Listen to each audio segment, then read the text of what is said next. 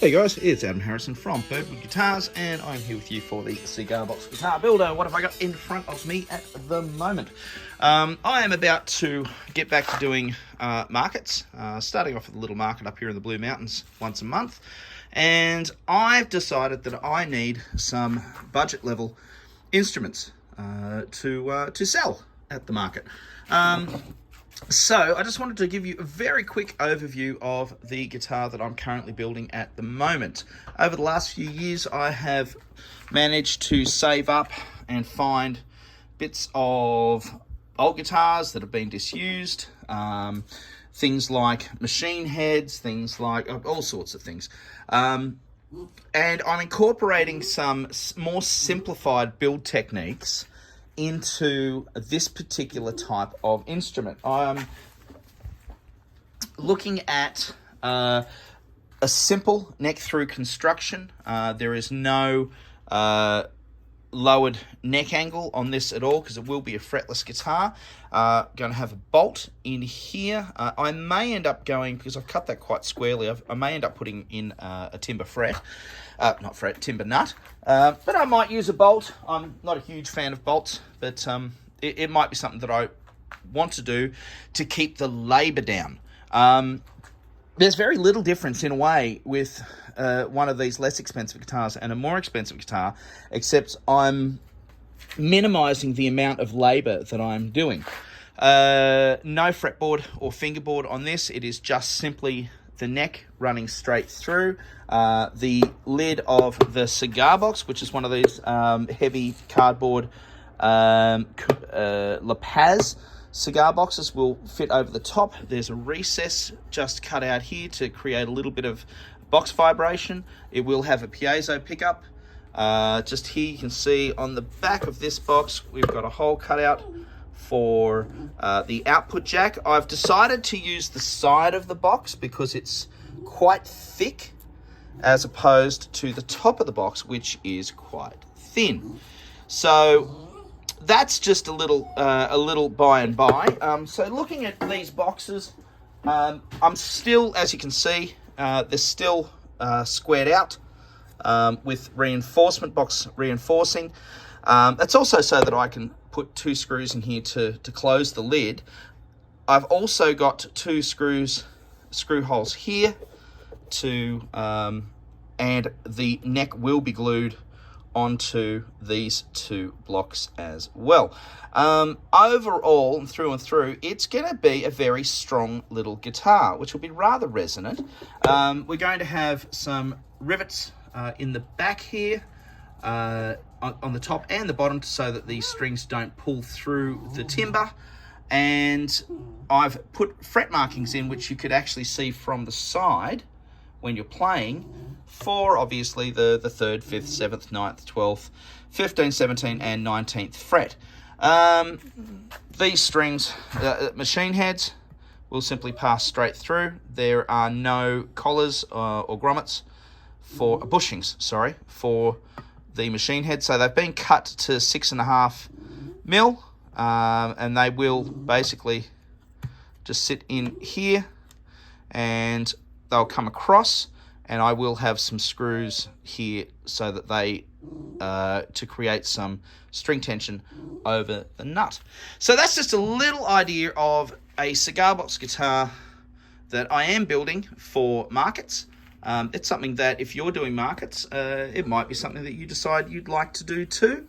It's a really nice introductory instrument for people who aren't sure whether they want to invest a larger sum of money into a new pastime. So it's a really nice way to, and it's also, just to keep in mind, it's a really good item to start with and to sell up from. So if you're looking at starting with this instrument, when someone comes in and is having a look, you might look at that and say, okay, we've got this. This is a really good beginner instrument. But as they're trying it, you might say, hey, you're pretty good. Why don't you try one with some frets? And that might be an opportunity then to upsell, okay? Which is not actually a bad word when you're doing markets and things like that. A lot of people get concerned and worried about upselling because they think, oh, I'm being a pushy salesman. there's nothing, there is a big difference between being a good suggestive salesperson, okay, and a big difference between being a pushy salesperson. A pushy salesperson will never, ever get a customer back. They might make a big sale, but they'll never get that customer back. But if you're a good suggestive seller, that is something where you're actually benefiting the customer by showing them something that they didn't realize they actually needed. You know, so that could be something like upselling to a guitar with a fretboard. It could be upselling to a guitar that has an electric guitar pickup based upon your client's likings. Maybe they like playing hard rock and heavy metal. This thing's not going to do that. This will do blues. This will do really groovy acoustic slide blues. But it's not going to do heavy metal. Not really. Not unless you want to play like, you know, acoustic style metal. There's nothing wrong with that. You can imagine Master of Puppets done on an acoustic slide guitar. Now that would be groovy. But you're not going to plug this thing in with the piezo pickup, plug in a heavy metal pedal and blast the roof off the place. So you've got to think about your customer and what you're doing. These are a lovely introductory type of item to have in your stall. All right, now here we go with stage 2 of our cheap and cheerful market build. This is the La Paz cardboard cigar box, and this is the way it is looking so far. Machine heads are sitting in there, haven't screwed them in yet, but they are installed and ready to go. I have a couple of screws here to aim and guide those strings coming into the nut, which has been glued in. We have got the cutouts or the file marks here to represent those frets, and the neck has been glued into the blocks in the box, and those 4 posts that we put into the corners here not only add to give it some structural integrity, the box itself, although the string tension is purely being handled by the neck itself, but it just gives some purchase for these screws, which are also a bit of a I suppose a little bit of eye candy, that kind of thing. I will be putting some box corners on this particular one, but probably just on the top here and here. I'll keep them away from here because I kind of want to let these stand out, just give it a slightly industrial look.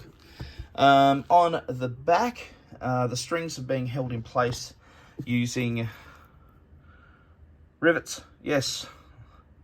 All right, so we're using the rivets on the top and the bottom. Okay, so I always use 6 rivets on a 3-string guitar, so that's so that the strings don't, with string tension, pull into and dig into the timber here, which causes tuning instability, especially as when the guitar is brand new. But I find that these rivets hold really, really well, and you don't need to go out and buy expensive grommets, especially for a cigar box guitar. You know, you use these; they work perfectly well. And the way I've shown people before how to get the rivets off. All you do is just basically grasp the rivet with a pair of pliers, and actually I'll just show you. Literally take 2 seconds. All right, and I will be doing this one-handed. All right, so here we go. So you just get a pair of pliers, grab the rivet like so, hold the rivet, bang it on the table. And there it is, ready to go. And you just tap that in to the holes that you've pre-drilled. So that'll go back into my stash under here. And all right, well, that's it so far. Next step really will be just waiting for the glue to dry and stringing it up. I still need to wire in the output jack, which is down here. I just need to wire the piezo wires to the output jack. That's all I need to do. And then we'll do a demo.